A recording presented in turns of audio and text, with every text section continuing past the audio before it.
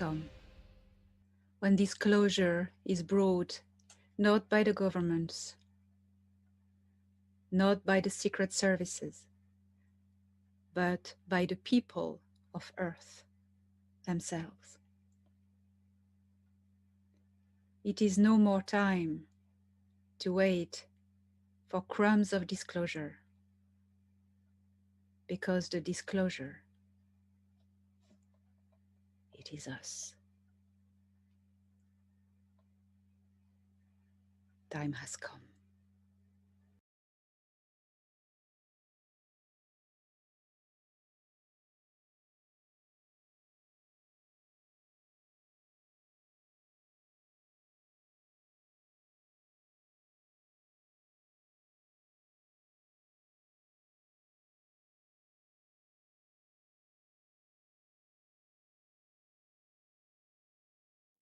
When I was a very young child, maybe about 3, um, I mean, how innocent can you get? However, it turned out somebody tried to kill me. Simple reason being money. Wanted lots of money. So I was hurt, but a being had come and resurrected me right in front of my grandmother. She was so pleased that I was brought back. My clothes were completely tattered, but she could see my body being repaired. And I was standing straight up, not like nothing happened. So she brought me home. That's the first instance. Second instance was, again, I was poisoned. I was told by doctors that told everybody, I'm not going to make the night. Well, this being came down, took my consciousness or so by the hand. We were flying over the rooftops. Could see birds, a couple of turtle doves. I could see my grandparents coming and driving up. And when she brought me back, I related the story to my grandmother. Everybody was astounded because that's exactly what they saw outside. So these are the events that my grandmother never let me forget. So as I grew up, maybe in a matter of weeks and months, some of these, holy men, like priests and whatever, they do a lot of seances with seances and removal of these dark spirits. Because it's a very common thing back in the day where I grew up. Children especially were targeted. What they did was just let me play with the child, and the child's cleaned. That spirit is gone. It's not that I did anything special. It's just an energy thing that I worked with, that I guess I carried. And I've done a lot of them, dozens of them. Even the Catholic priests took me in because they couldn't handle the spirit that was that had invaded the child. Anyway, as I grew up, I never thought much about it because I just went through life. If I come across somebody suffering like this, I just help them. There were other beings. Think about it now. There were other beings coming to talk to me. They just sat me down, spoke with me, like I was an adult, even though I was a child. But I realized they're not humans. They came from somewhere else. Because I remember being small and looking up. There was this huge spaceship right above me. When I say huge, it's, if you remember the airliners flying by in the sky, the airliner was flying underneath this ship, and it was just like a little speck of, like a little fly compared to that ship. So this ship was massive. And when he went up to the atmosphere, he would just blink in the flashlight and it disappeared. So definitely not from this earth.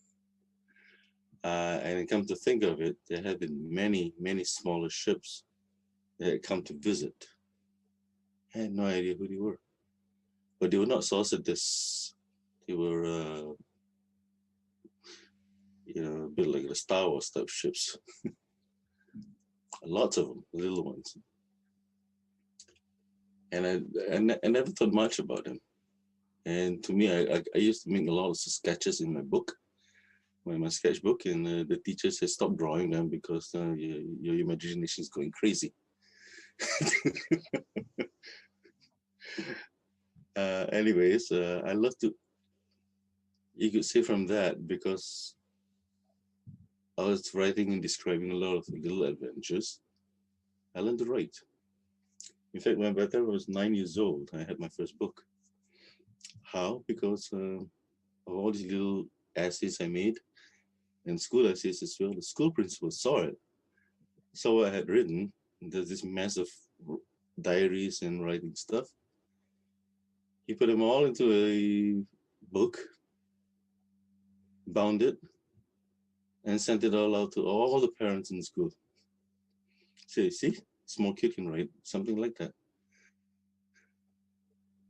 In fact, it was used by the country as an example to, that, see, you can write English, not because English is bad. It's whether you want to focus time on it or not. Anyway, as I grew up, I used to travel. I used to go into the forests and jungle. I did a lot of hunting myself. Only hunt, fishing, whatever it is, just enough for food. And people were really astounded that I could even hunt a deer. What age were you? Maybe my young teens, 12, 13 years old. I was doing that already. And by the time I was 14 or 15, I was taking people into deep jungles on eco tours. They want to take people, want to take pictures of tigers, elephants, giant snakes, whatever. We ran into some fantastic adventures. To tell you the truth. um, anyway, by the time it came for my military days, I mean, everybody in where I came from had to go to the military.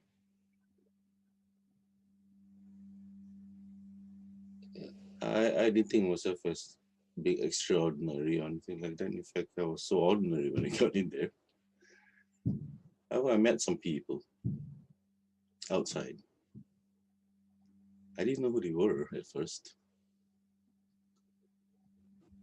They had me tested, and they went they say, okay, they want to send me to a university in London, England, to get some special qualifications. I said, okay, but first we have to do an IQ test. Would you believe I had to do it 4 times? 4 times. 4 times, because the first time they say, okay, we can ascertain your IQ. Second time, it's not enough because we got to send you to a higher one. The third one, they said they can't ascertain it yet. And the fourth time, they said they never gave me an answer. The next week, 6 officers from the Prime Minister's office came and grabbed me. Prime Minister office. Yes. Yeah, Could you? instantly my life wasn't mine anymore. Wow. Could you tell for the audience which country or area of the world it was for better Well, it understanding? was okay. That would be Singapore. Singapore. Okay, thank you. Okay, the reason why is because I had a type of IQ that was only Mensa only identified 11 before, I was the 12th one. So instantly, this prime minister wants me as his asset. Wow. Can you imagine that? So my life wasn't mine anymore, really. For the next 10 years, I was in the military, special forces. Okay. Yeah, I became a sniper. I also had other talents, right? Like the hunting and all that. I was just a little unusual, Okay. not quite a normal human. And also, I developed a kind of there's something unusual. See, when I was growing up as a kid, I had ability to use a sword. Never been taught, never been trained, but I had ability to use a sword. Swordsman. I was very, very good at it. I even had a kung fu teacher that said he wanted to teach me. He says, "Okay, hit me." I said, "No." He insisted, so I did, and never heard from him again for the next hour and a half because I hit him on the head. I mean, I was only what 8 or 9 years old, and that's very, very embarrassing for a guy like that. But anybody else, even if it's 4 or 5 people attacking me, the sticks in place of a sword, none of them could come anywhere near me. Right? I was extremely good at it, so I had no idea where this came from. Hmm. It's like genetic memory, Yeah, or and previous also life. Or... I had developed a tremendous amount of strength. Like I was maybe 11 or 12, but I had the strength of an adult. I felt stronger than most adults at that age. The people who lift uh, barrel full of rocks. One person can't do it. You need two. I could do it myself, right? At that age, which is quite scary because I didn't look big. I wasn't huge. I didn't look very strong, but I was. Anyway, that helps in the military, and because of the where I was, who I was actually when I started finding out, the one of those old people was actually my biological grandfather. He owned the bank. Okay. So this is where he taught me banking. I was also a banker at the same time. Okay. Uh, I mean, at the higher level, not the bank teller, but actually a bank officer. So I know what banking is internationally.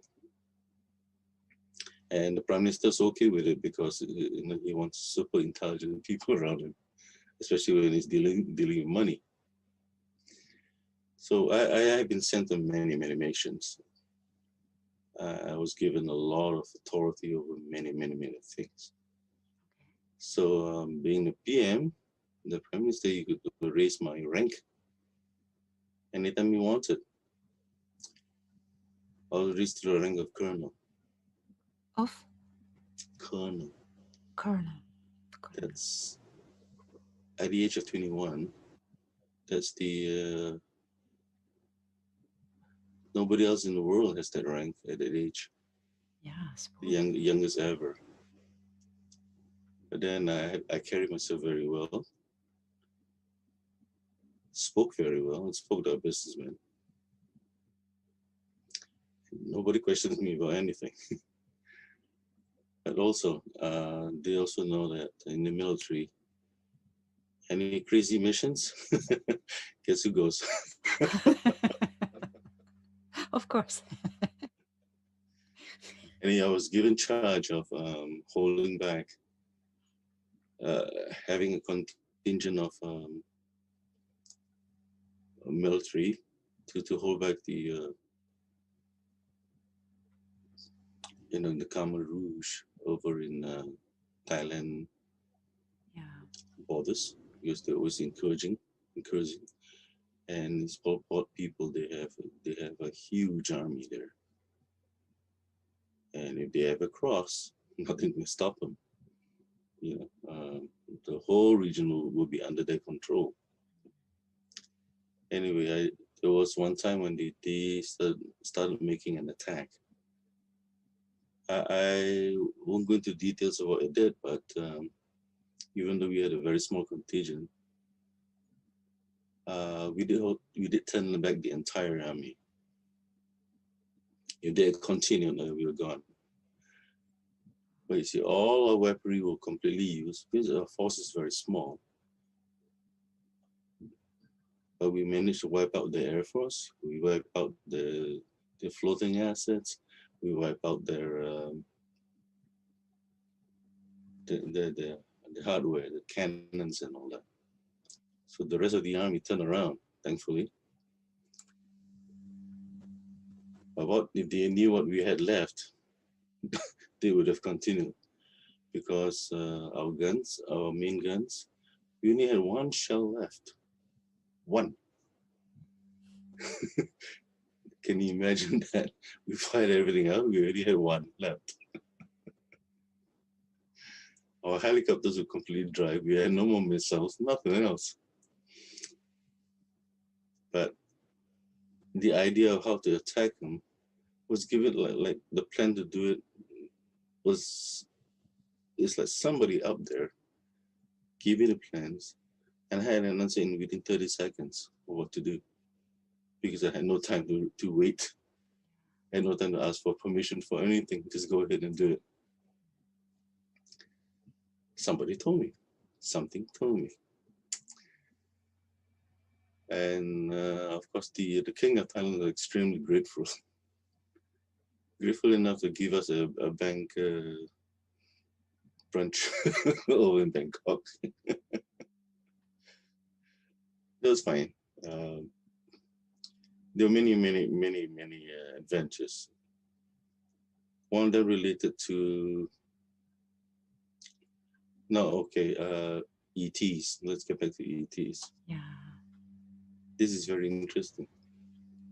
They have been used for assassinations. Like sometimes Singapore is used as a destination for world leaders to come and have a platform to speak. Yeah. Right? But we're always on the lookout for assassins. And former prime ministers like Benazir Bhutto, the lady from Pakistan, I was assigned to protect her. So me and my team were protecting her. And we were told that by MI6, British, and CIA in USA, they said there was they each knew of an assassin that would come and try something.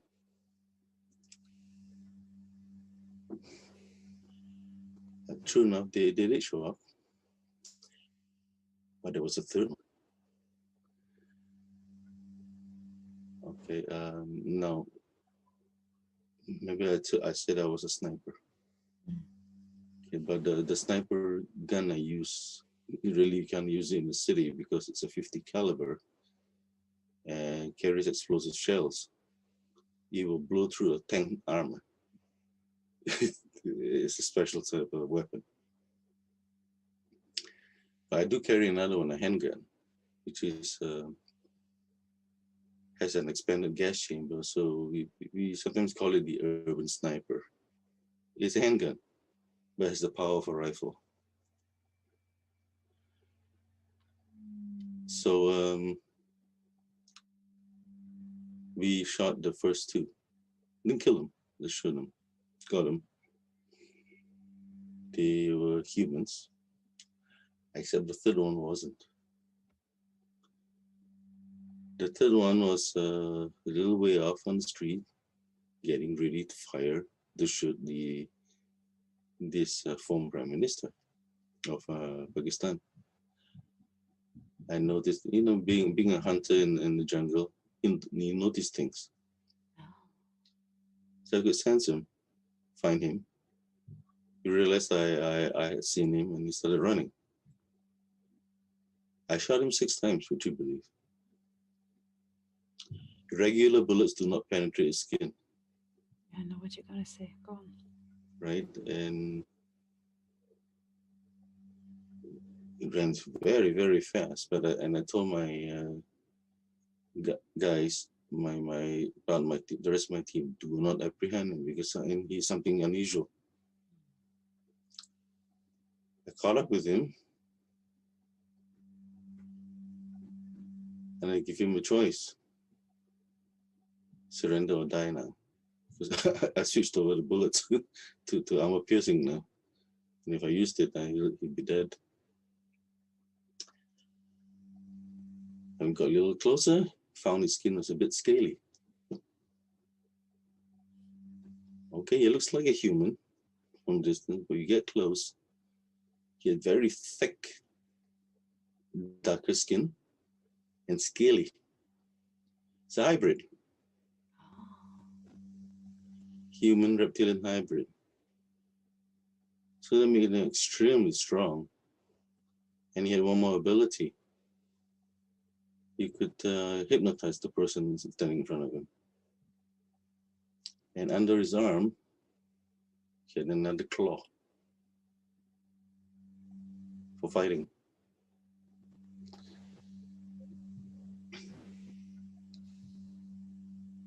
So we arrested him, but when we handed him over, we had no idea where he went. Secret stuff. Okay. But that wasn't the only time I've come across a reptilian. I was in the airbase,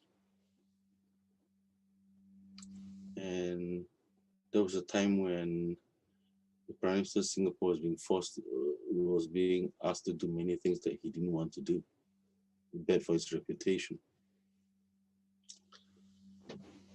I noticed when I was walking by on patrol, or just not on patrol, but just walking by, this fenced up non-secured area. They had these, liquefied petroleum tanks, giant ones. They did supply this gas to households and the airport and all that.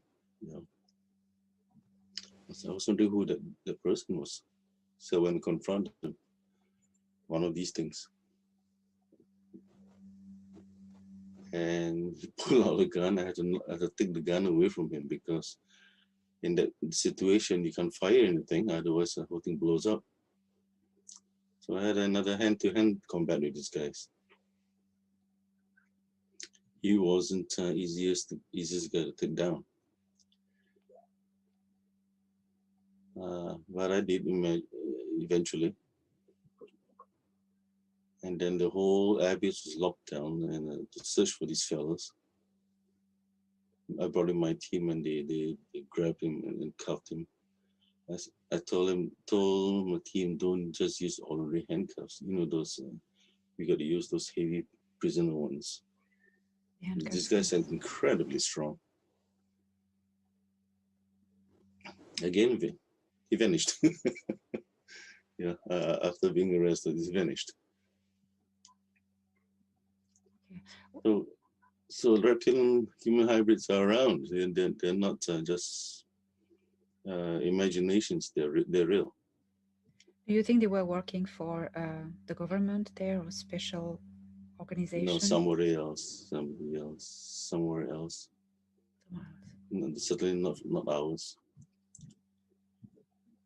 And there was there are two more instances actually. One in Indochina, where the Thai people, the Thai soldiers were scared after they said there's a demon running the place. I know that the cases about drugs and CIA. They send one SAS squadron to try and quell something there. but the team never came back.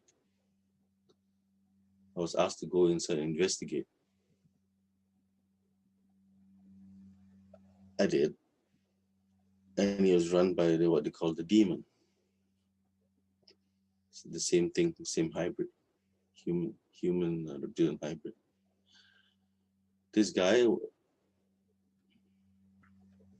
well, my team are all snipers, very, very good ones.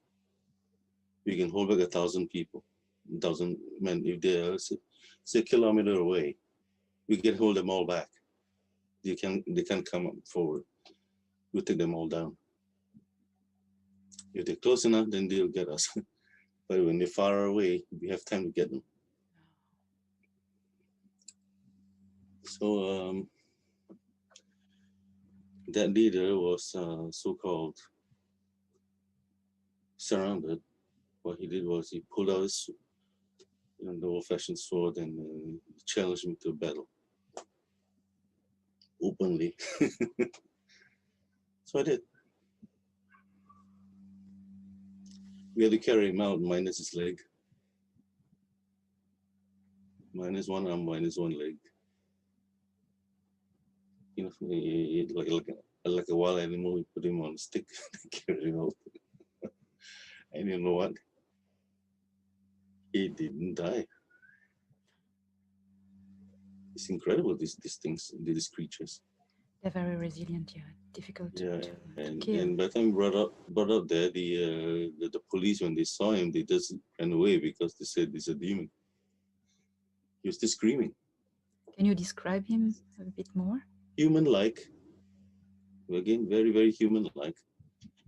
Uh, Heavier stature than normal humans. Thicker bodies, thicker arms, and all that. Very strong. Legs are a little bit more extended, so they move incredibly fast. It's like they can sense your next move. You see, the training I had, the fighting, you can sense me because I don't think. I don't think about the next move at all. I'm thinking probably 3 or 4 moves ahead. So you can counter that one. You can literally counter the next one here. And you think I'm going to reach that third or fourth move? I won't. I may not. I may deviate again. So I was trained that way, differently. I'm fighting with energy, very different.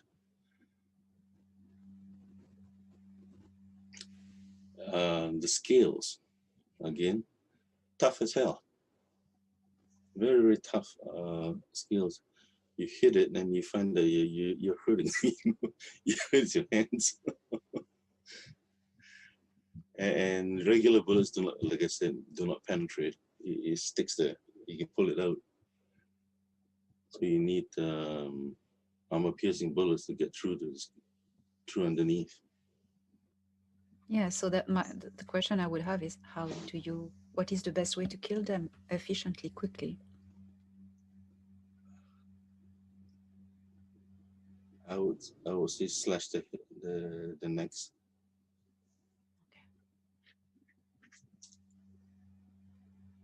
See, under the necks here, it's rather softer. Yeah, okay. Right, because it has to move and breathe, and it's rather softer. Otherwise, the rest of the bodies are incredibly tough. Even the torso.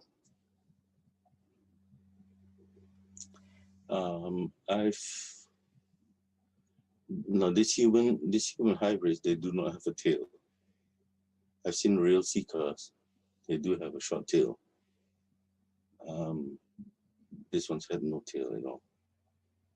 Okay. Yeah, there was another incident this time it's in Japan. They had no idea what was going on in the country. It turned out that there were 3 of these guys killing people there out in the country. Hundreds of people were killed. So but you were shut down completely. Caught one of them, but caught one, the other two escaped. And I noticed they were using a gray saucer ship. Oh, okay. And they took off. And nothing you can do about that. And we caught this first one. And they were very surprised I sneaked up on it. Because normally they would sense somebody coming, So you saw them beaming into the ship or going into the ship? climbing into the ship. So the ship had landed. Had landed. Ah, the ship was landed. Okay, so discoidal gray saucer. Yeah, it's a great type saucer. Mm. Same saucer as in Area 51. Um, about sea cars, where did I see them first? There's only one time. Out in Malaysia, West Malaysia, not West, East Malaysia. It's very mountainous. It's a very forested, mountainous area. And the people were complaining that the children going missing. And again, we were asked to investigate. So me and my team, 7, we went to investigate. Boy, were we ever shocked. We came to a place where there was a mountain with a huge cavern underneath. Huge, when I say huge, it's a plane could fly into it. But as we approached, I know, I noticed something moving, and a sea car came out and challenged us, yelled at us. Can you imagine our shock? A being that's about 9 feet tall, sharp teeth, like a reptilian face, growling at us, wearing armor, you know, dark skin, dark, very scaly being. And his legs, it's like extended. There seems to have another joint. So he has extremely long legs, actually. He looks like a very, very powerful being. And he took out his gun. It's an energy weapon, and just fired at a rock. And, the rock just blew up. It's not small rock either. I mean, it's like the rock's about 2 meters across, but it just blew out right up. What was this gun? Was it an energy beam or? Energy beam, yes. Yeah. So instantly, being the soldiers that we were trained to be, we took off. What do you call took cover, right? And then more of them showed up and started firing, so we fired back. But my guys were just complaining, can't get them at all. They keep bouncing around because the moment before you can squeeze the trigger, they got got off position. You couldn't fire them. You couldn't hit them at all. Regular rounds didn't do anything to them at all. They didn't care.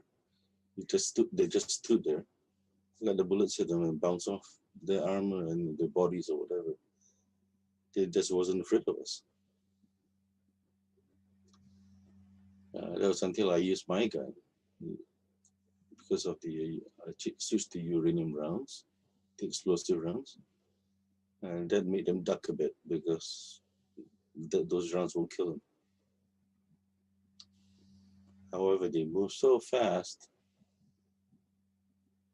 we just couldn't hit them. But we did carry one more thing. I did carry one more thing because I'm authorized to do that. We had a bazooka-like weapon that fires, not the bazooka, not the regular bazooka. The warhead is actually what we call a neutron device. Oh wow. Okay, it's nuclear. Nuclear. Yeah, Okay. carry one of them. I don't something that I don't use because it's dangerous. Yeah. But in that situation, we fired one in, we fired the device into the cabin, and almighty blast there, and we ran for dear life after because I mean we were completely outgunned by these guys. Their weapons were just incredible. You can't hide behind anything because they just keep blowing it up. you know, even big rocks are just blowing up. Anyway, we ran, and didn't stop. But we did send a recce, I think it was a helicopter search the next day. We found that the mountain had compressed, collapsed, Hmm. and there was no more stories about missing children after that. So what do you think happened? I think they abandoned the place. They collapsed the mountain themselves to block the entrance of the cave? No, I don't think so. I think they ran to the bottom. They ran deeper inside because the neutron bomb would have collapsed the mountain. Ah, yeah, yeah, okay, yeah. The blast would be powerful and would knock out the mountain. So they gave up and they ran away, and missing children was finished. Yeah, I guess they abandoned the outpost.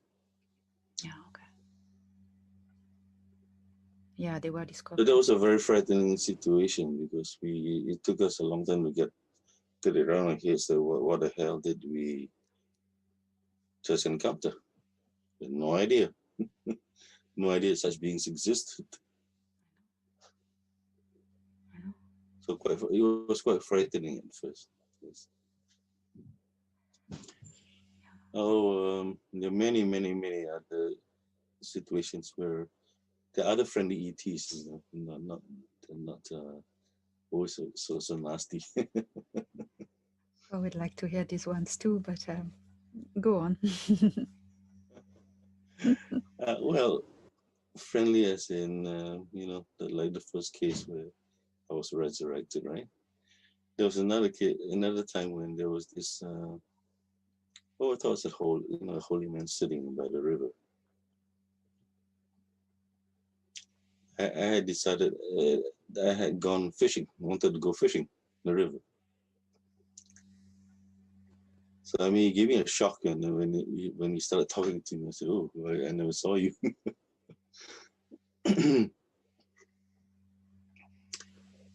And he was curious. He was asking about what I thought about this fish. What did I think about that? Little things. You know, talking about normal everyday things. And then he gave me a little bit of advice and said, "There's more to come in your life." I had no idea what he meant. So he said, "Be prepared." Uh, Things didn't go south after that. Got very bad. But he says, "You will survive it somehow." Okay, well, thanks a lot. But what? Yeah. At least I was kind of warning you ahead of time.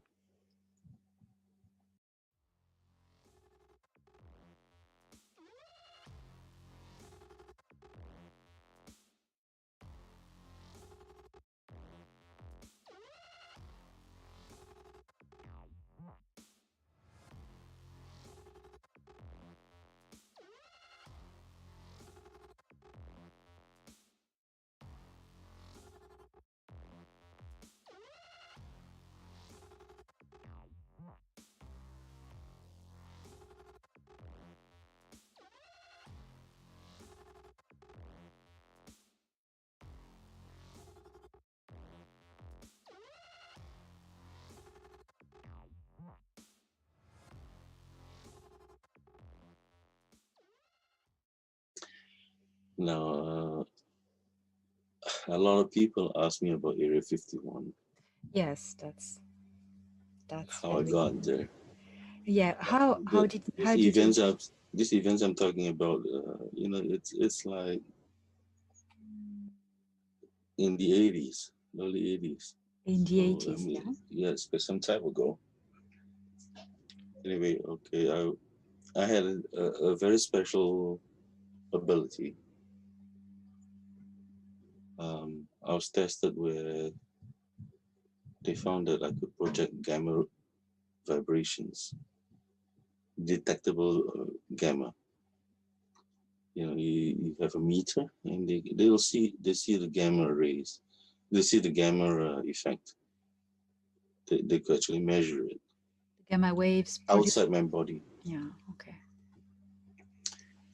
so I could affect things that way. I know what they mean because sometimes I walk by the television set at the time, and the television set goes off. Do something funny.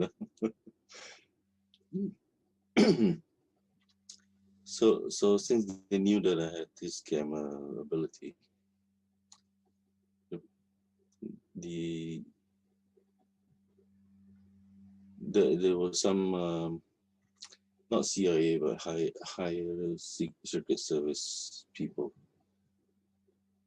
They asked if I could be brought to Area 51 for testing, for development. When the Prime Minister heard that it was to do with aircraft, he says, okay, but only for 2 weeks. So he landed you to. So you said it wasn't the CIA; it was a secret service you didn't know anything about. No, Okay. much higher up, Much somewhere higher up. dark. Yeah, much darker, something to do with space, whatever, aerospace developments and whatever. Anyway, I was brought there,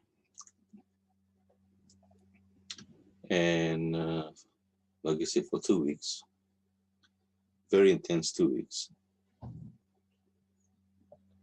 I was assigned two guards, two human guards. They carried, they didn't carry the regular bullet weapons. They carried energy weapons. I was asked them why do I have them? To keep the other ETs away from me.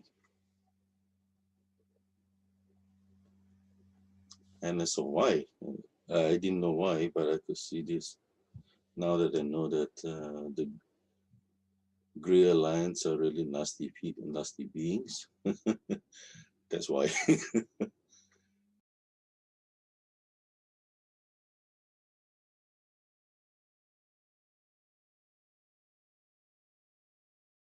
Because there are a lot of the little ones running around. I know they're like little rogue androids.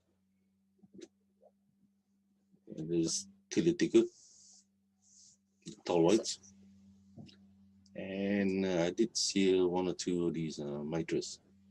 my God. So Oh, actually, they're horrible. They had horrible attitudes. so can you describe all the races you've seen there in Area 51 interacting with humans? So you said I was. Yeah, most of the interactions are by telepathy. Yeah. Yeah, they usually have one assigned officer that is telepathically inclined to interpret what these people are trying to communicate. Yeah. In fact, if there's a scientist there, you have this telepathic guy with the scientist as well. I, outside the Area 51, the parameters, the security is incredibly tight. Inside is more jovial. It's most fun in there. The humans, at least the humans, they have a lot of jokes and fun, and they push each other around a lot.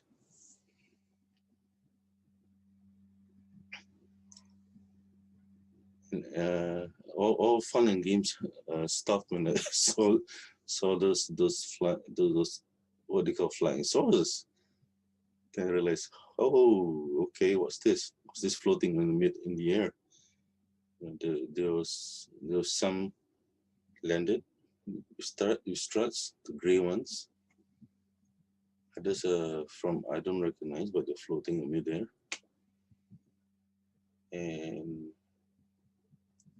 most of them are pretty small. No bigger than no bigger than 10 meters across. But there was one that was like at least 50 meters across, and it's saucer shaped, and it's floating. It wasn't touching the ground. And the beings that go up and down this beam thing, they stand underneath and they go up or down. And that's the one we rode in actually later on. Yeah, yeah, you told me you were aboard one of these. But could you describe the different races that you saw over there? So you said the Mitra, Kili, Tokert. I can remember them very well, yes, very clearly, mainly because of the bloody attitude they carry. Yeah. Very vicious looking. That they could seems to be aloof, just stand aloof. They all wear these kind of coverall things. And Tomato was wearing this dull bluish type of um, coat or jumpsuit, body covering. It must be some kind of armor type material as well. Uh, the little greys, they weigh nothing. They just run around. Stink though. The little greys, they stink, yes, absolutely.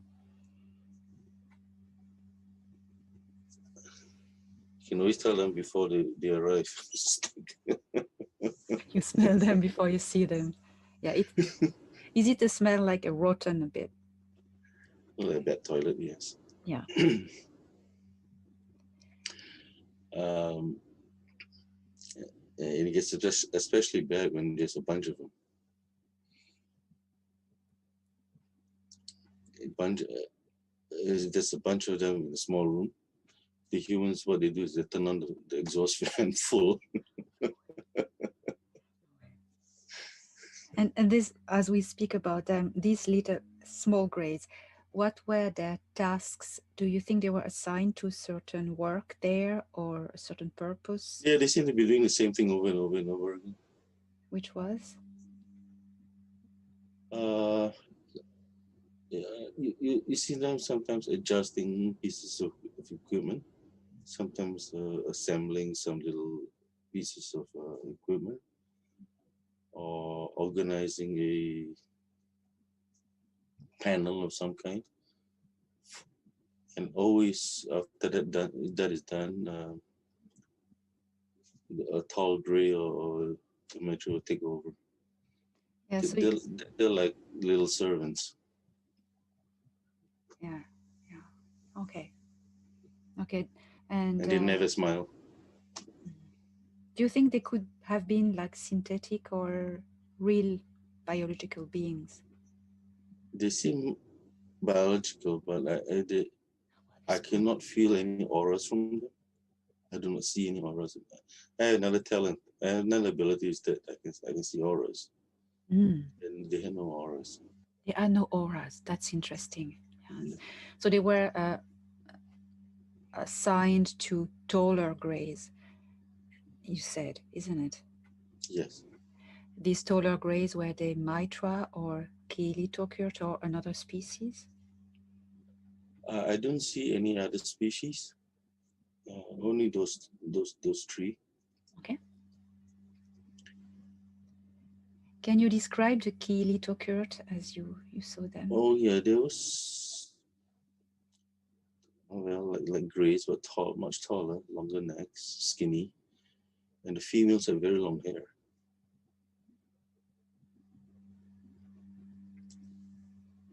Very long hair. The color And of the skin, yeah, go on. yeah, the color of skin is, I don't know why they call him white. It's more like death. Somebody had died. Deathly type color. Not very pleasant. It's like somebody, you take somebody out, dead person out of a freezer. Yeah, it's, there's that sort of, it reminds me of a white dolphin. Yeah, okay. And the eyes? Oh, rather tilted, almond shaped, and very piercing because they communicate through telepathy. And I could tell that they were not used to being polite. You know, they say, "Okay, I want to eat you." Okay, they tell you, "I want to eat you. I want this. I want that." The No such thing face? as please. Yeah, were the face human or they had more like traditional gray face? Elongated, like you have a Barbie doll and you slap it flat. Okay, very good picture. Yeah, yeah.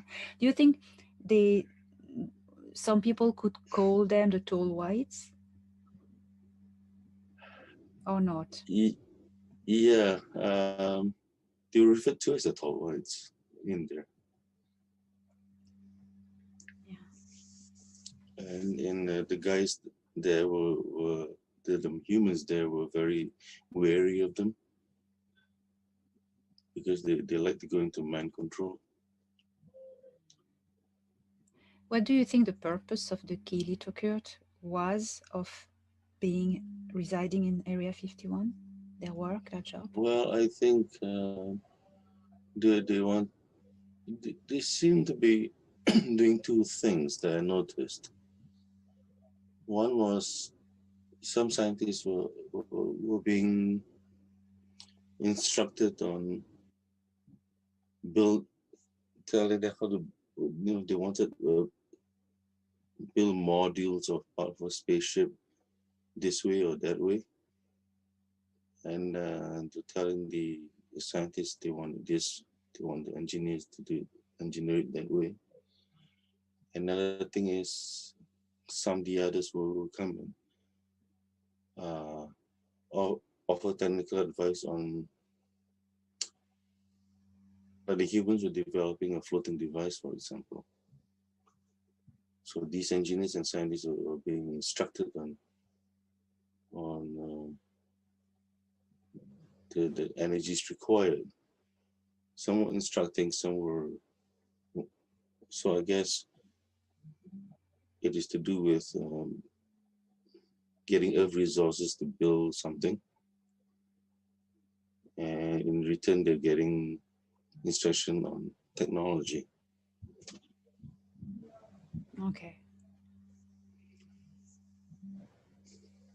They were residing in the Area 51. They had Yeah, they have their own, but they have their own area. they had their own area. Yeah, Right. Where was it buildings or underground? underground. Underground. Okay. They prefer. They always prefer living underground, which is So, very strange. hmm. So would you say um, they were giving instructions and a consultant in alien technology to the personnel of Area 51? Yes, What were they getting in exchange? I think they. I can tell you this. I don't know. It's because I don't know if it's because they're lazy. They don't build industrial stuff. Industrial stuff is something that Earth does very well. Terran people do very well. They don't. They need somebody to build the hardware for them. Okay. So they would ask our scientists to develop it for them to the way they want it. Do you think they had a more personal secret purpose to Oh yes, definitely. something that they were doing in the undergrounds under the base that humans were not allowed to interfere? Much, What do you think much it they was? were doing. I don't think there were any human experiments down there. Okay, Yes, Area 51 is more mechanical. okay. Or in the, in development of weapons and such. So what was a big thing over there was energy emissions.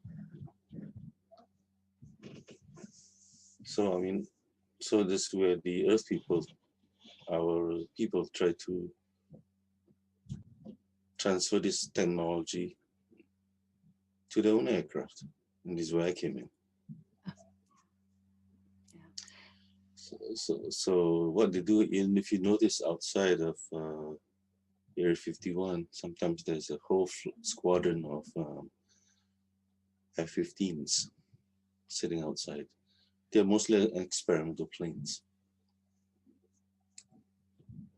Um, I can the little history I had with these. What was told was this: they had a lot of volunteer pilots, very good ones, to develop fly-by thought planes.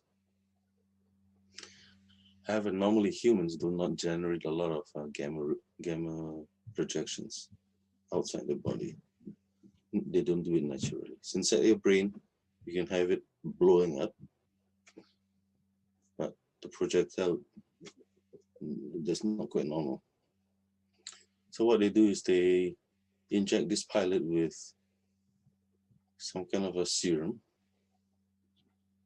that overactivates the brain,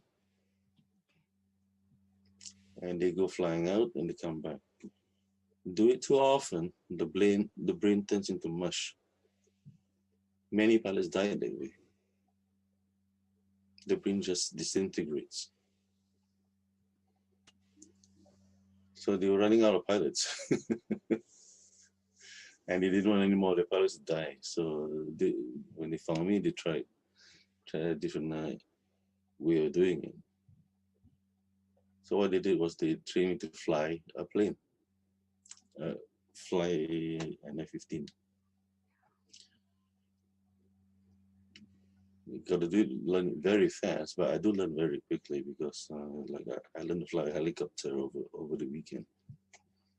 So how was that working? You were in a seat in the plane, and were there electrode or something in your Oh, how, technically the details, this crazy helmet. please? These things sticking out all over the place, Okay. and there's a bunch of equipment behind. So so what they've done is they had ripped out the back seat. This is an F-15F, it's a two-seater. I was sitting in front. I was I'll be the pilot, and the co-pilot seat will be ripped out, and all the equipment is there behind me. But in the meantime, I was wearing this helmet with things sticking out all over the place, like a giant virus. so so I would take off and land, take off and land. A lot of practice flights, and then they put me into maneuvers. How did you just think that you Think think the plane so. is So taking off? initially it was flying by hand, right? Yeah. And later on, I start to be hands off and let the instruments take over, but by thought. Okay. What advantage that is after a while, not immediately, but after a while, you see when you're doing it manually, it could take half a second to go through a maneuver and a sequence of half seconds for different maneuvers. So when you're fighting an enemy plane, doing maneuvers and all that, several seconds go by, and by then the missile might have hit you. However, if all of these can be done in half a second combined, what have you got? An incredibly powerful machine, faster than anything and anybody can imagine. So that's the result. In fact, I got it down to about 0.2 seconds. Thought it's a lot faster. Like I could roll, aim, fire, and roll back again in a matter of 0.2 seconds. And then I can even switch over to a different weapon while I'm doing all that.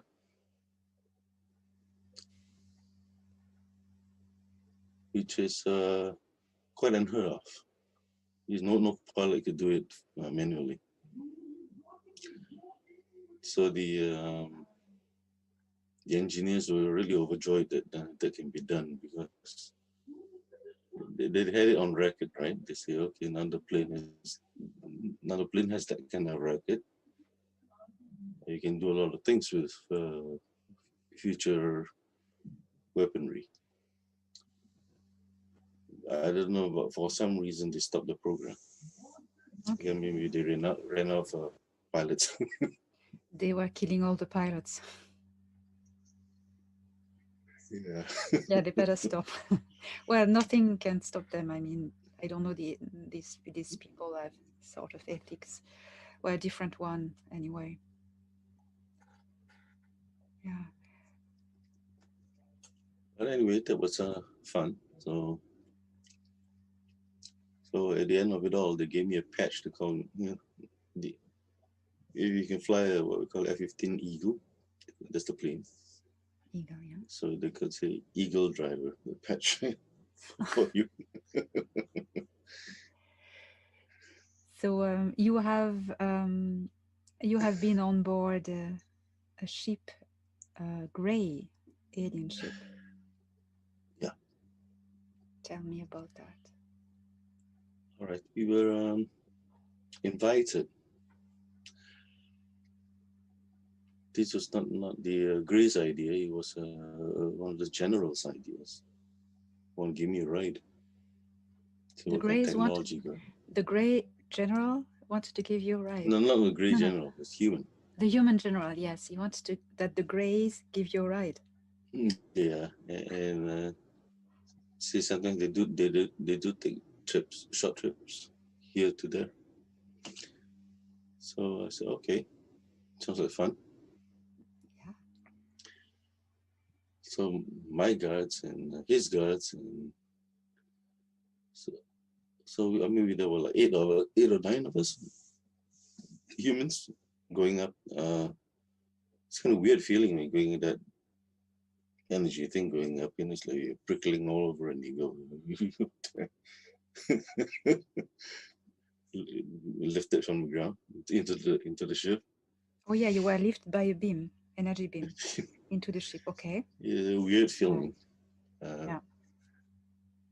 And we were told, okay, this is like seating area. You may sit here and observe the Greys functioning. It was the little ones? Yeah, the little ones are all on the panels. I think that there's like 6 or 7 of them. They're all on panels working. And there was this Tilitikud standing right in front, making sure that everybody knows that he's the captain. Uh-huh. That kind of thing. Anyway, so when the ship started to move, it was wobbly, wobble. And the the couple of little Greys and the captain turned on me, looked at me and said, "Stop it." I said, "What?" Keely Talkers told you, stop it. I said, stop what?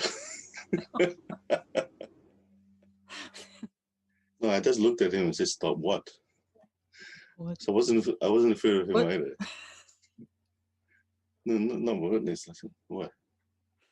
The general's laughing and says, you're not afraid of him either. Well, why would I be afraid of him? There's a reason why. General started and said, well, what's wrong? He's interfering with our controls. Huh? How am I interfering in the controls? It's because I'm focusing on the panels and they're sensitive. Oh my God. So you could, if you I've were taken over. allowed, you could have taken over the ship and Yes. navigated it. Yeah, because the game projections for me were very strong. Yeah. Right? I was stronger than they were. Wow. Well, so in fact, that's very interesting because I heard some of their technology, it's just the ship is attuned to the DNA of the waves of the pilot, but obviously there are some ship that are not, and anybody that has the ability can pilot it. So then Yeah, this and one anyway. I was surprised. Yeah. I said, oh, okay, it works. Whoops.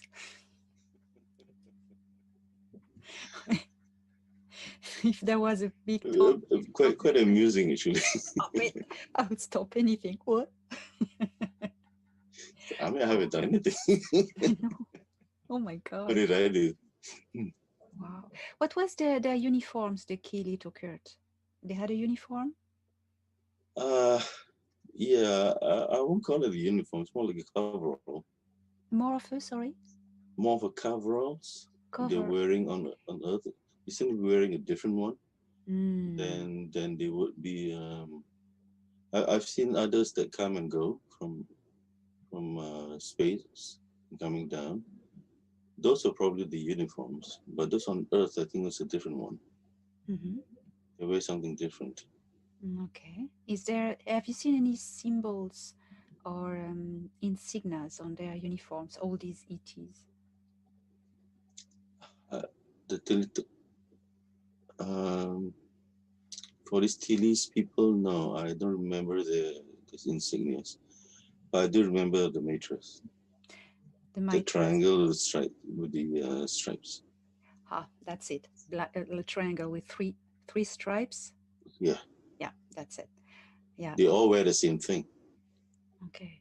Now, please tell us about the mitra. So, what can you tell us about them? Not a lot because they were being kept away from me, but they were interested in who I was. They did they did ask questions. They did try to approach, but my guards would point their guns up and I says go. They don't come any closer. Yeah. Were they? How was their general behavior, attitude? The mitra. Rude, Rude. vicious. They can't answer you without a hiss or a growl, something like that. I mean, think of a tiger. Yeah, like a tiger energy, very aggressive, aren't they? Yes, very, very dangerous sounding. Were they I can tell from the energy that they were aggressive. were they smelling as well? Some, Some, yes, okay. it's like a mold type smell. Old type smell, okay.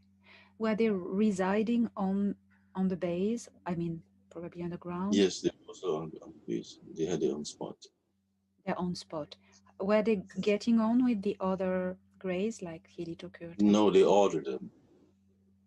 they didn't They're get not. They're not. They're not. They don't seem like allied or buddies. They just ordered them around. they They want this. tolerate They each want other. that. and very often they come very close to a fight actually. Oh, between Mitras and Kilitokurt, yeah, Yeah, believe that. not unusual. Not unusual. Okay, I believe that. What do you think were the purpose of the presence of the Mitras in Area 51?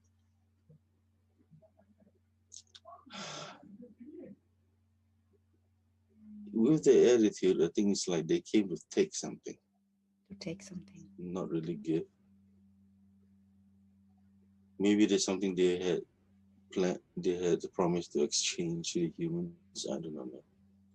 Do you think they were the ones who made agreements with the government in late 1940s, or you have no idea? I don't think like 1940s. I think more recent. More recent.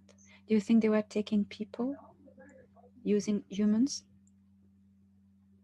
I think so because they have an attitude of when they saw me, they wanted to approach and wanted to know me. Yeah, Why?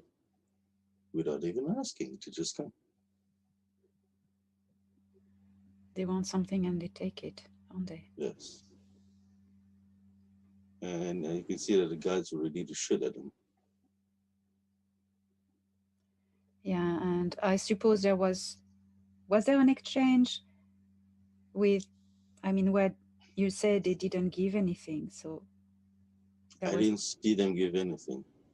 so it was more they were here and nobody had to say anything because everybody was scared of them, People were afraid of them, yes. afraid of them. Yeah. Who owns? And they carried one more thing. One more Oh thing. They yeah, yeah, carried yeah. a energy weapon as well.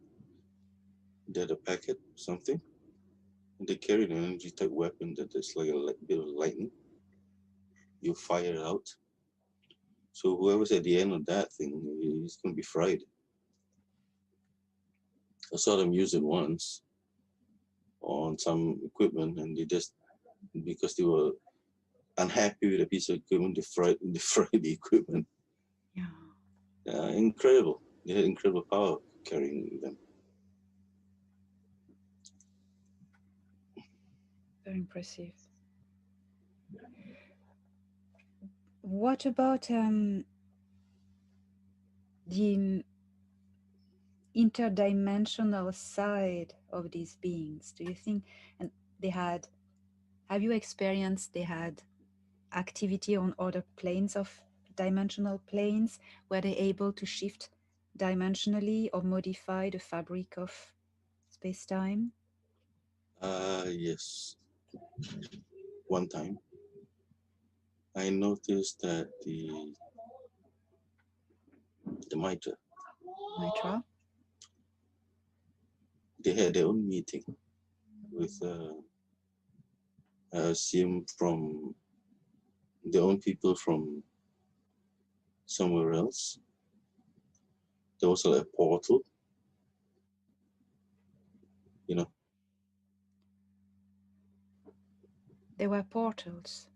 I could see that the room, the area there they were where they were, Yeah, clear air, and then there was this watery like effect around, and they like stepped through it.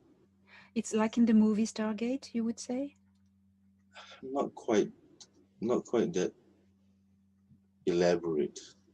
You Mm-hmm. can see the waveforms are changing, energy changing, so they could step back and forth in that. I guess it's sort of like more of this of their beings on the other side. Mm. So there were beings coming through this portal from the other side. Yeah, they came back, came talk or something, and then they went back. Were they also Mitra or another Mitra. species? Mitras as well. Okay. I said one time, and it's like, okay, I'm staying away from you guys. Anyway, yeah. What about the different ship? Could you say they had each a different type of ship? Different shapes. Yes, different shapes. I cannot really describe exactly what they look like. Um, but using the grace shape as a basis, they they actually look very similar. Okay. But I noticed that the mitra ships have a lot more energy. They glow a lot more. Hmm. Okay. And also you could feel the energy more. You come too close, it's like you feel that they might fry you or something. Yes, it's the energy field around the ship that you Yeah. can't approach. Um, have you learned anything about this technology? How it was working, this energy field, for instance? Very basics, the very basics I did. And that's one more reason why the humans keep me away because I pick these other things up very fast. It's because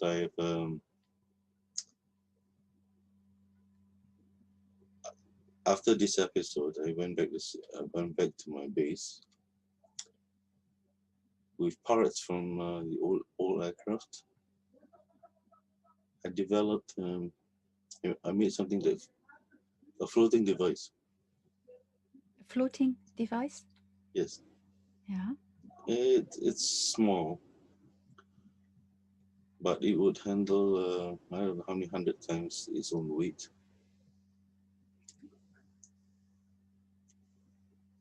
And the Vatican heard about it and they wanted it. The Vatican wanted it. It was a floating device. Like, you think it could be anti-gravity or another technology? Anti-gravity, Anti-gravity. That very stable, and I made it very stable. was it alien technology or retro-engineered Me, technology? I did. You did it. Yeah, You manufactured this device. yeah. I put it together. Yes, You put it together from understanding what was going on, and I put it together.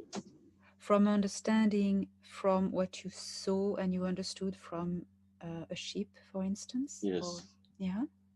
yeah. So, but I wasn't gonna let them have it. So I just tore it apart. So someone, yes, someone from the Vatican. I know you told me this story before, but I would like you to tell the audience. Someone from the Vatican. The Vatican heard about this device. They wanted it. They sent someone who tried to get it from you, isn't it? Yes, Uh, I would like you to say the name of this person because anybody who has read my book, I mentioned this person with Area 51. yeah. He's Dr. Jenkins. Thank you. Thank you. So, you dismantled this device that nobody could have it. That's right. Would you be able to make it again? Right now, I do not know if I can remember it because I mean, in the meantime, all those years, these years, I have suffered several strokes because of the stress of it. Yeah. The stresses, and much of my memories. I've come across situations where my memory is wiped. Yeah. Must have been several times because I can feel like there were empty spaces in my head, but every so often I get flashes of returning memory, which is wonderful because holes in your head isn't good. No, no.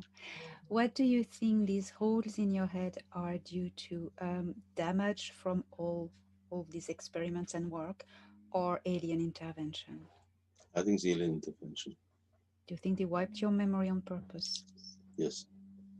Who did that? Who did that? I do not know exactly. My guess is I know one situation would be from the Mitra, Mitra. one of them at least. There's more I know. One time, Yeah, they didn't want you to remember what happened there didn't want to, didn't want them to. They didn't want me to remember what happened to me. to I you. mean, one of them had possessed me recently, attacked me, but I've thrown them off with help from friends. It wasn't easy because my whole body was inundated with infections. They did that because they wanted to, well, first take down my energy, make me helpless, and give up. But you see, I will not give up my mind, No, no matter what. they are still bothering you and attacking you since all these years. Yes, still are. You're still fighting But I've them. learned to fight back recently. Yeah. And I do know one thing though. I have an ability of hand-to-hand combat. I've never been defeated Yeah. in any hand-to-hand combat. They fear you. I don't have a big deal because I've always come out on top. Wow, you are very brave, and that is amazing. There was a question before we go on this subject. Do you think when you were working at the Area 51, who were your human bosses? I mean, with what institution? Oh, that space agency that the US has. It's a dark. The problem with that one is it's dark. Dark. Also linked to the Vatican, Okay. which is the part I do not like because I run into situations with the Vatican that I really abhor. I'm really shocked that they do things like that. Like I had a mission with going to Bhutan to save a village with Gurkhas, with a whole regiment of Gurkhas. We didn't know it was the French Foreign Legion working for the Vatican. They were stealing artifacts, but we stopped them. But by then, half the village had been killed, unfortunately. So, you see, doing all these things, it's no wonder that for decades after they were coming after me still, trying to assassinate me. Yeah. Even recently, even when my child was growing up, they tried to kidnap my son. Yeah, but really, you hear the story about trying to kid, trying to steal a cub from a lioness. No chance. Yeah, but for 20 or 30 years, I was fighting assassins coming in from nowhere. So life wasn't all that peaceful. Imagine the stress I had to go through. Mm. So yeah. So since you left Area 51, when you left, were you threatened not to speak of it, I suppose? Yes, ordered not to speak, but the prime minister says, "Talk about it. I want to hear."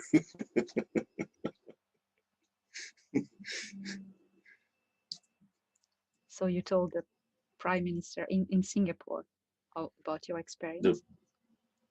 prime minister and the higher military. The high military. Okay. Yeah, you have to tell them. You can't just shut up. I mean, Yeah. I'm walking around with that eagle driver patch. I mean, everybody wants to know. You had a patch? Yeah, see, once you're pilot of 915, Oh yeah. they give you a patch called an eagle driver. Yeah. And that's what I got. I walk around with it. So a lot of people got very, very interested. How did you get it?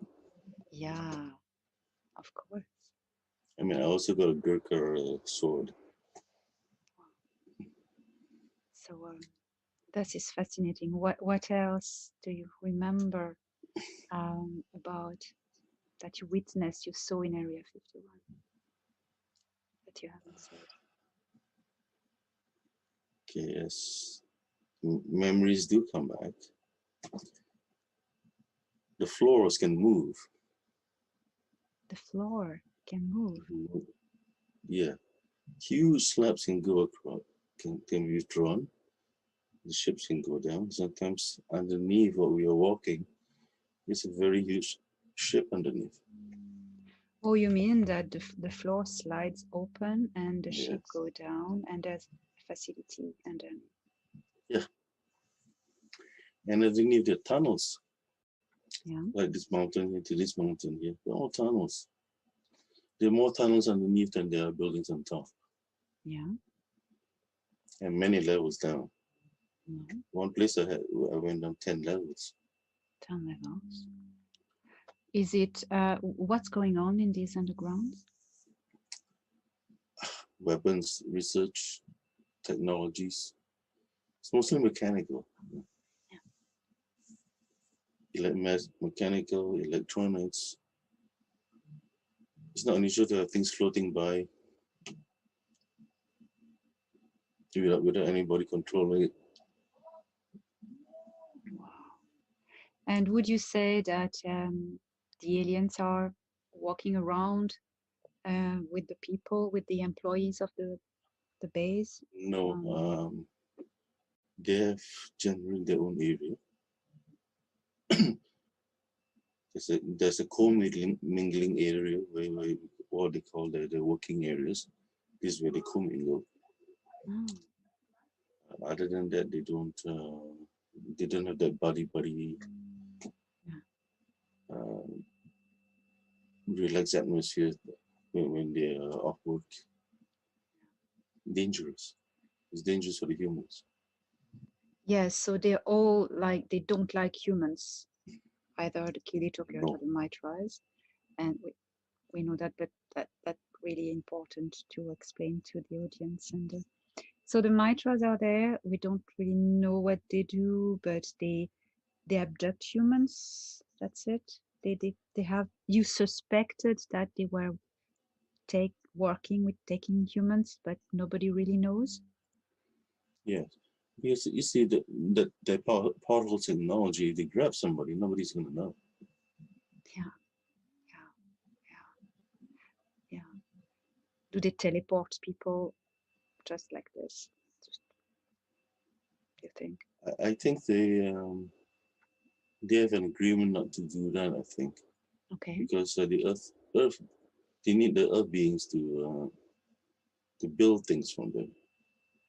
Yes. So they need to, yeah, not to be too horrible I've with them. seen them take modules of stuff, heavy stuff. They've just been created by the humans, delivered to them, and they carry it and go through the portal, and they take it away with them. Okay. I've seen that happen. Okay. And the Kilitokert are there for slave work or mechanical build stuff? What would you say the main purpose of their presence then? Really, for us to build things for them. For them, okay. They use us for. Unfortunately, it's military weapons based. Yeah. I can tell that they might be creating some kind of armor or some kind of gun. Okay. Or some kind of a firing module, if you go to a battleship on Earth, you see turrets of turret and gun. They have their own version of it, much smaller, but there's a version of it that they put on the ships. Have you seen the? Sorry, go on. No, that's all right. Have you seen the triangular black ship? Yes, they had a triangular ship. That's the Kili and they insist of keeping that ship underground. keeping that ship on the ground. Yes, yes. That's the Kili Tokert, isn't it? That have this black triangular ship They like to have it under the ground. under the ground. Okay, they don't want humans near them. Yeah. Yeah, yeah. They don't want to give the technology. Anyway, they have this energy thing around them all the time. Oh, Okay, you really don't want to approach the ship anyway. And whoever human wants to get on board, they have to wear a special suit.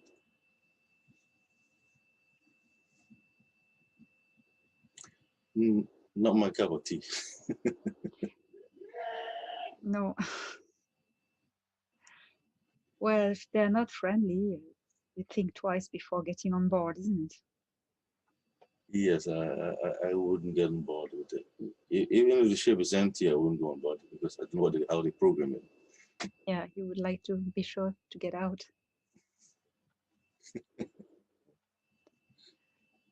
Wow, these are amazing. The friendly ship, so that was a very unusual ship. It's not even like a ship; it's more like a shuttle. Which ones? Uh, More like a shuttle. Yes. Okay, like a small bus. Who used this ship?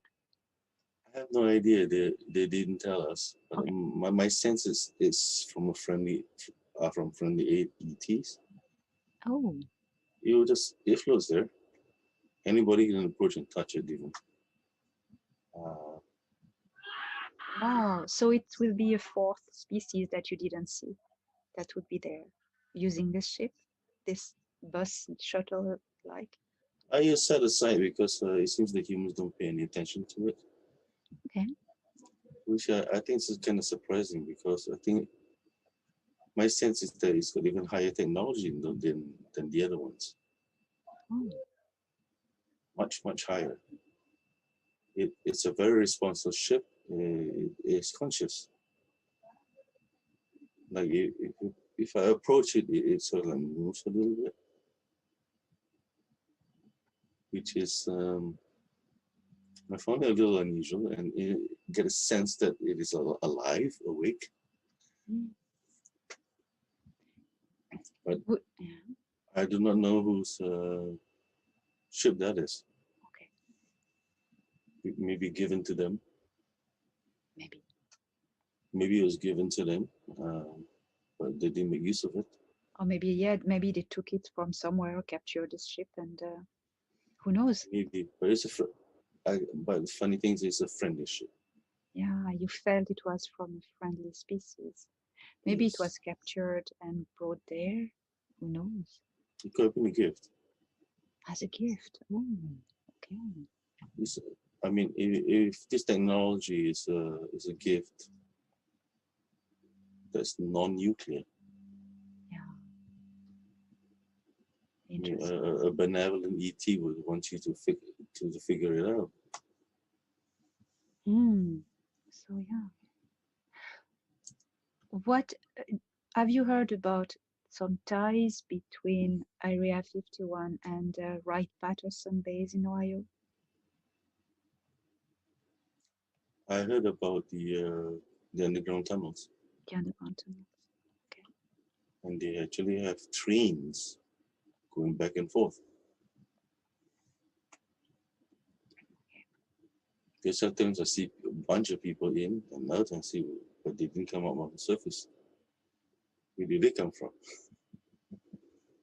Yeah, that's the big web of underground connecting all the military bases, the dumps, and everything. Yeah. Yeah.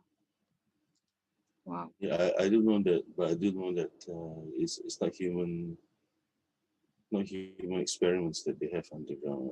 Area 51. So it's mostly mechanical weaponry, energy, digital, and there's lots and lots of computer stuff.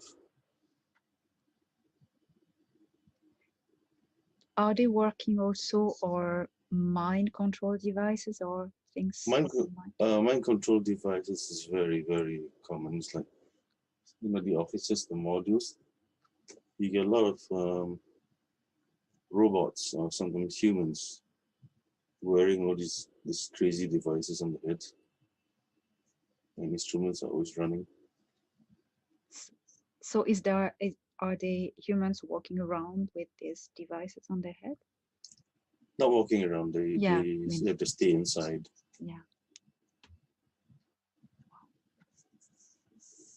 They have to stay inside and attached to the system. yeah. But they do have what you call, the space centrifuge when they test, when they train you to take G forces. There's all that stuff in there. Train the humans. Do you think there are humans um, that are taken in space out of world to go to other planets to work with these ETs somewhere else? Oh yes, Yeah, oh yes. I've met a few of them that they say they just come back from Mars. Huh? To me, it's like, is that possible? At that time, I didn't understand. And so I asked them, do you ever go back? They said, no, they're slaves.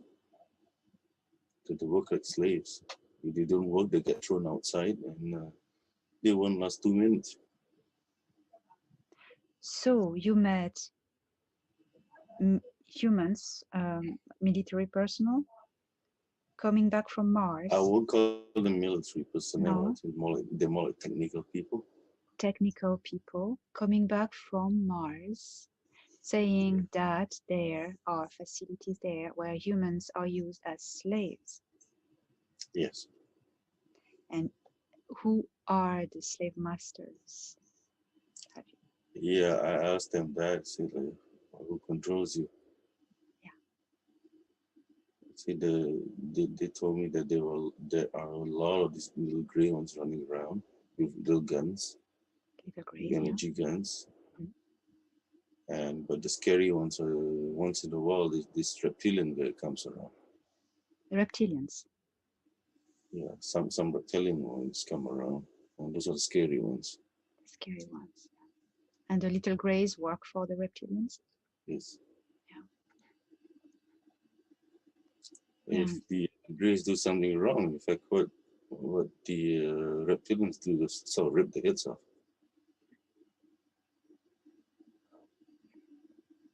yeah. So, so the humans go are sent to Mars to these bases to, as basically a slave force, slaves to work for them. Yeah, because technically, building things, humans are extremely good. Okay, okay. So they employ humans there. The other races are no good for these sort of things. Yeah. So all this comedy with Elon Musk and first missions to Mars, it's just a cover up to make people believe that we are going to build facilities on Mars, and one day we'll say, oh, we have built some facilities, but in fact they are here from a long time, and it's a trap. Mars is a trap, isn't it? They're talking a lot of nonsense, really. Yeah.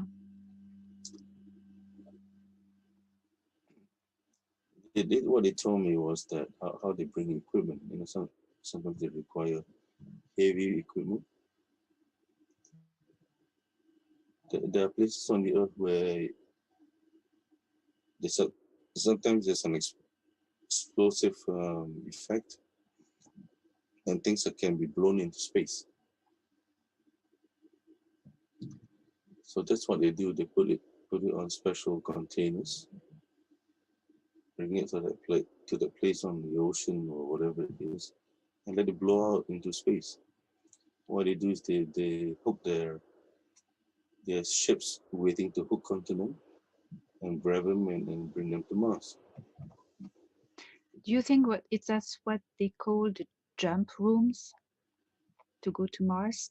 People have told about that. There are like places on Earth where there are, it's like portal and people are just projected, teleported to Mars. Would you think it's the same thing? A general, the general that say mentioned about working riding the sled to Mars.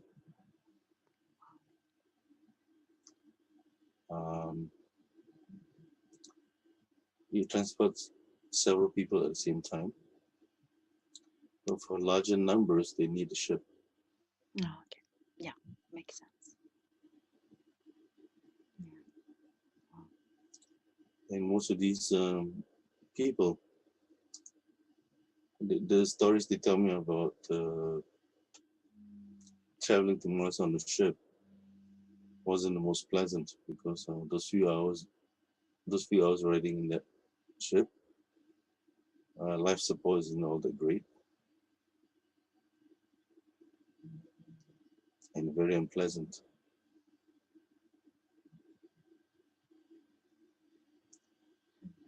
And it's dangerous too because if you ever thrown outside the environment of the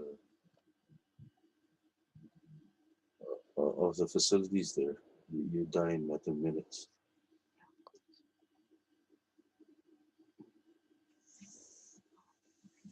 That's why everybody is very compliant. You don't work, you die. Yeah. Yeah. Well, you're confirming a lot of things that I was told as well. Um, this is quite mind blowing. Did you did you hear them talking about the moon? Not quite. What happened? I don't know. There's a lot of activity. So, Why? Well, Stevie, you are very brave to tell us all of this. Do you feel safe now? safe as I can be because I've been looking over my shoulder for decades. You know, this as far as do I need any more? No, I don't want any more of this BS. I mean, what have I done to hurt them? Yeah. I haven't. No. And it is the time, when everyone speaks now and all these grays are there. Do you think as well as I think that their existence on Earth is nearly touching an end? Would you say that too? Uh, I can feel that at last somebody is being able to take a rod and chase them off to the little corners or wherever they're hiding. It's about time because I'm really sick to death of these people, these beings. Yeah. They've harassed me for so long No? that if if I can be part of doing the same thing as well, I'd be very glad to contribute. Yes, yes. But you can contribute as well. Well, hopefully you will be heard if you can. Somebody think you'll be needed, and you can contribute as well scientifically with everything you've learned and understood. So it, I think it's only good ahead for everyone and for you especially now. And Yes. this because I know you told me there's this Mitra entity that can send like a dog to just torture you because they don't want you to remember. But you've overcome this creature. You have managed to get rid of it and take over. As incredible as it can seem. Um, we are more powerful than them. We just need to know it. But even then, it was a very, very painful experience, Mm. emotionally and physically. It's like, I mean, they have unusual powers as well. Like trying to rip the soul out of my body. Like, you could see blood coming out of my torso area where the soul area would be. Uh, but I do know that I am one that never gives up. You won't get you won't get it out of me. No, No. no, and they're gonna go anyway soon. So you're, it's good now. Yeah, yeah. Um, well, thank you so much for all these informations, all your memories from Area 51. And before I ask you more cheerful questions, is there anything else you remember you wanted to share? I'm sure more memories will come back, Yeah. more finer details.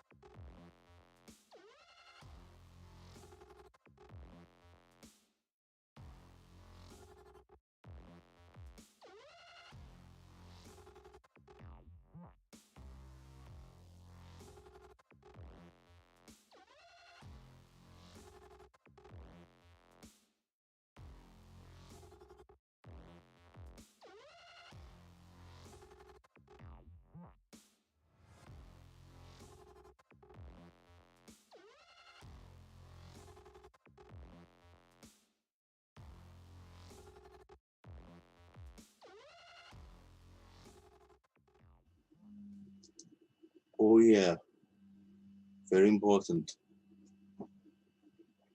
The mitra feeds off your energy as well. They torture me because the emotions of negativity, when it's very extreme, they absorb that energy from me. And they get very, very strong because of that. In the presence of deep love, they fall apart. This is You can crucial. literally make them fall apart. Remember that, people. They cannot Laughter. hurt, they cannot hold on to you.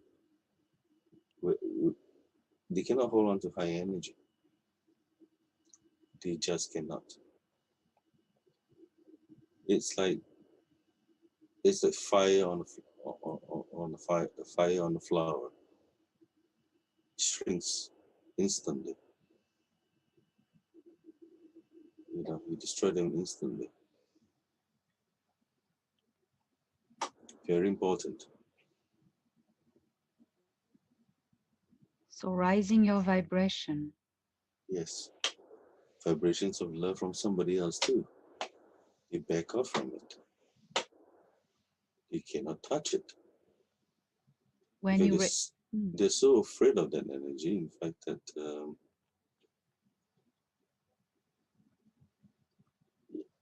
I heard it scream one time. I heard this mantra scream at one time.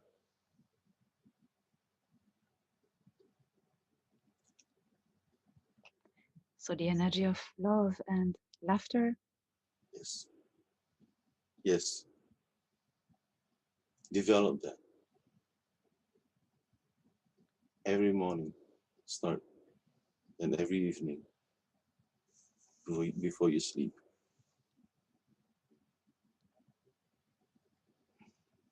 Have a good laugh. I'm laughing a lot more these days. And the more you laugh, the more he's going away, your shadow, not friend. Yeah, the evil bunny. Yeah. So yes, we all need, when good beings work hard to tell us, rise your vibration, rise your frequency by feeling centered, peaceful, and happy, and laughing and love. That's not nonsense. It's really, really real, Real truth. real truth, Like and you've experienced like it yourself. like part of my training in the martial arts in the early 80s, I was asked to lead meditation sessions with uh, Tibetan temples. You know, like imagine having 200 monks and then they're following you. Anyway, I don't use those alpha waves. I bring them up to gamma waves. Very different.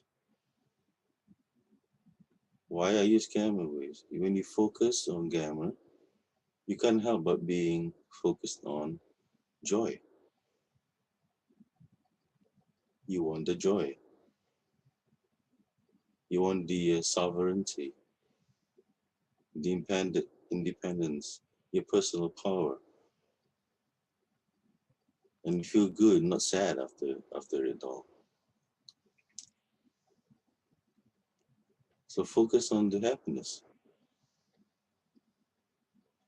And if you can develop the gamma waves in your brain, it's so much the better. So the feeling of happiness and joy and inner joy and simple laughter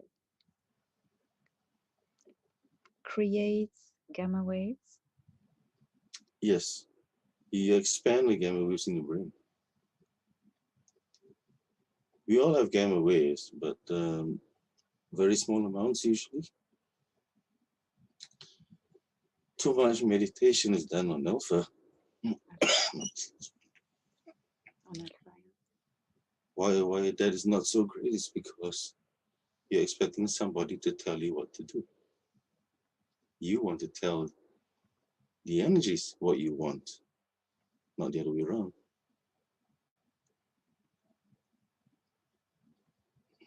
Absolutely. So gamma waves are something that you can produce by this sensation of joy and happiness. And this rises your vibration and creates gamma waves, and that radiates from you. That's what you say. Feels And the you same. also, yeah, because of that, you also raise your creativity Mm, yeah. far greater than alpha waves. So you naturally create the gamma waves when you create this feeling of joy and happiness. And the Yes, entities like the yes. Mitra or other dark entities, they can't approach, it burns them. Yeah, the energy is too strong. Too strong. That's why they try to scare people to, Yeah, and your gamma disappears. yeah, yeah. And then you create something else that they feed off. That's it. Yeah, Yeah. I mean, you want to be reaching up to the fifth dimension and not falling back into the lower third. Yeah. Yeah. So if everyone was trying to do this, wow, they Well, would, the Earth will be very different. Yes. yeah, yeah, yeah. How would you Or see? you find that plants will grow better too. Yeah, if you have a garden, you keep doing that, and you have better flowers, better vegetables, better fruits.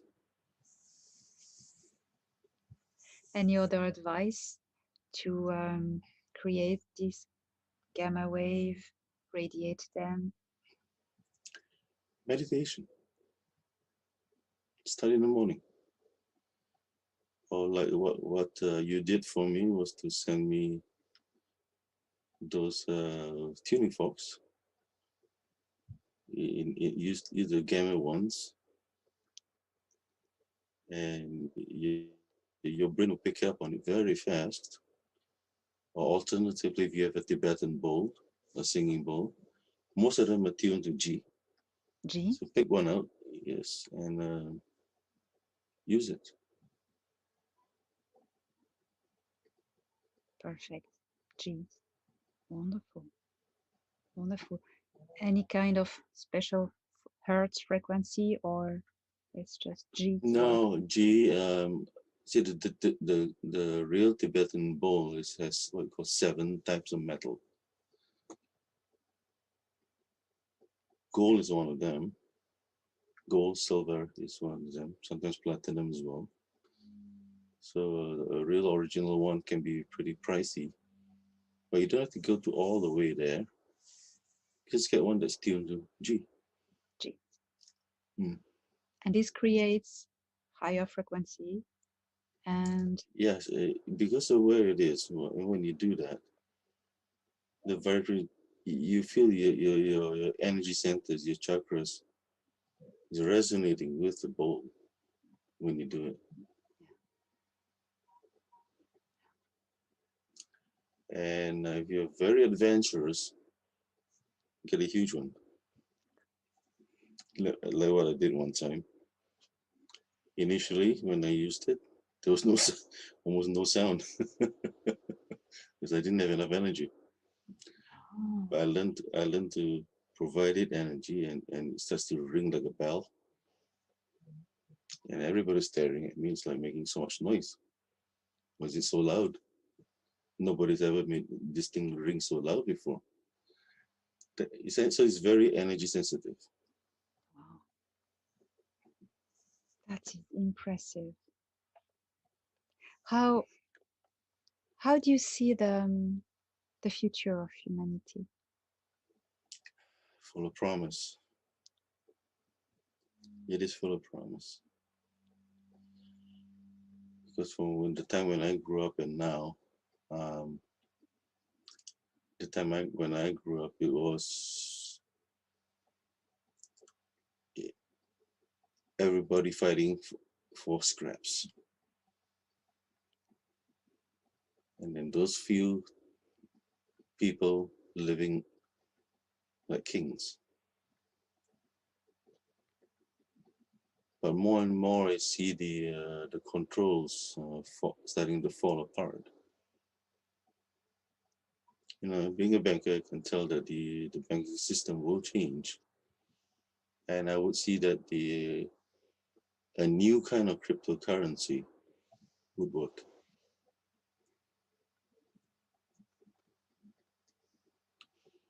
But somebody must go and destroy the old first, meaning, to be fair, you have to get rid of the unfairness. That means crooked money, get rid of it. And then this new cryptocurrency can be unbreakable. Thank you. And what about, you see, the free energy? Believe in that as well? Okay, the free energy, all it requires is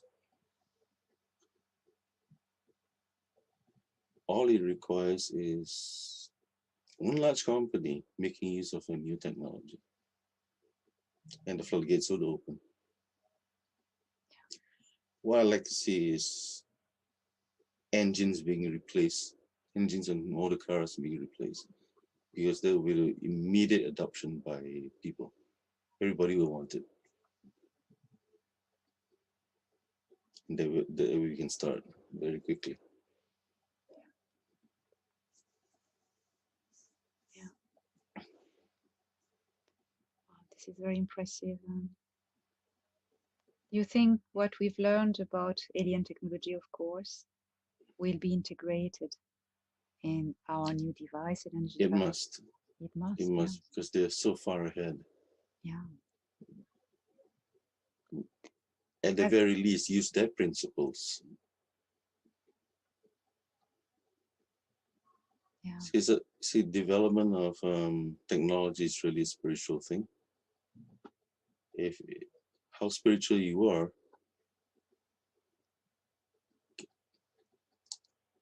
well, this way you can control the AI, not let AI control you. yeah,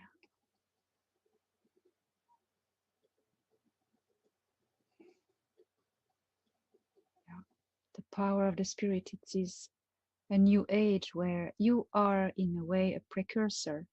You are a representative of humans of the near future because of your developed natural abilities. And what do you think? that humans will be like you. We are all like the same, but you have all of these abilities. You have a step ahead because it is activated in Well, you. once it's shown, um, just like the Roger Bannister, right? Running below 4 minute mile. All you need is one person to get started. Yeah, yeah, Others will follow. yeah, yeah. Where we go, oh, one we go all, as they say. Mm. Yes, just it takes that somebody starts it, and that's it. Yeah, yeah. Do you see humanity um, walking hand in hand, as we can say, with benevolent extraterrestrials? No, not those you've been have misadventures with, but other ones. Have you felt them near? What I, Yes, I believe that it was going to happen. You see, people remember the nasty things more than they remember the pleasant ones. yeah, yeah, Sometimes beings that you come across your life, maybe an AT, you don't even realize that. They give you a little bit of advice, they give you a bit of hand, uh, you know, yeah, as they say, the angels among us. yeah. I mean, I've had people give me, so-called people giving me advice, pointing me in a certain direction, and I have no idea who they are. And just a little bit later on, looking for them, I don't even know who they are. They seem to have vanished. I think you were well looked after. Well, I mean, if you're still alive and victorious now, after all you've been through, you Yes, I have mean, good protectors. even the car, horrible accident in trying to get rid of the mitra came out without a scratch, which was quite astounding because, all the services, emergency service people came around and like expecting the worst. And here I was, nothing happened to me, not one scratch. Even my friend who was driving the car, not one scratch on her. So I mean, how come? You have good protection and probably benevolent it is. Why not people linked to who you are, your family? Who knows? I was thinking more of a galactic family or Oh, like I wish to know them. I'm I really wish to know them. I'm sure they take care of you. So thank you so much. It's been 2 hours. You've been talking. You must be very Oh, tired. Maybe we will speak again another time.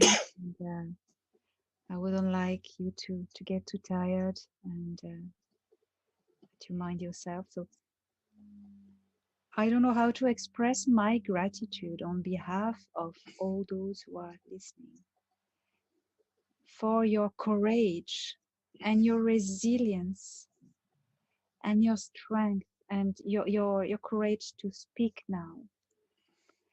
And on behalf of everyone, we honor you and we thank you. And we are very privileged to get to hear what you have to say. Thank you so much. And is there anything you would wish, a message you would wish to pass on to humanity in these times? thank you for your kind words. For humanity, don't lose hope. In fact, I won't say hope anymore. So look to who and what you want to be. How far do you want to go? It's not a message of hope. It's be. Thanks. Thank you. Thank you very much. Gratitude. Namaste.